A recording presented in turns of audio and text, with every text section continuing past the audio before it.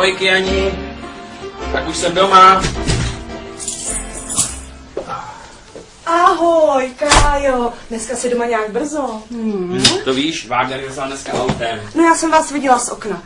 Víš co, tak já se jenom osprchuju a pak ti udělám něco k jídlu, jo? Tak to já si dám zatím čmouda na balkoně.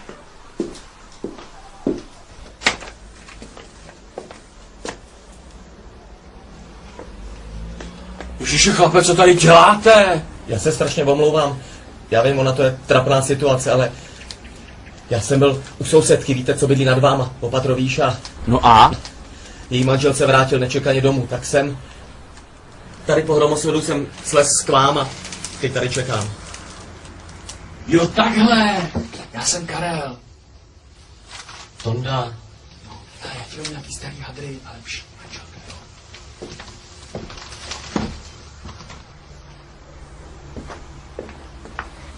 Tak hele, tady máš boty.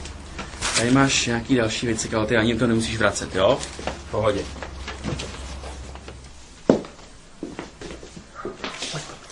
Hele, hlavně nás nevidí manželka, jo? No to bych nerád.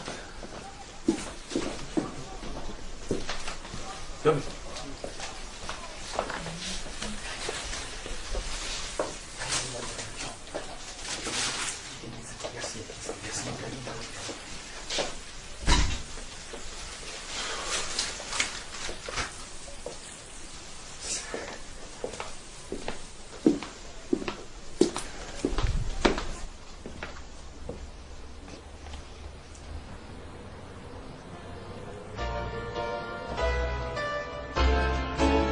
No Jano!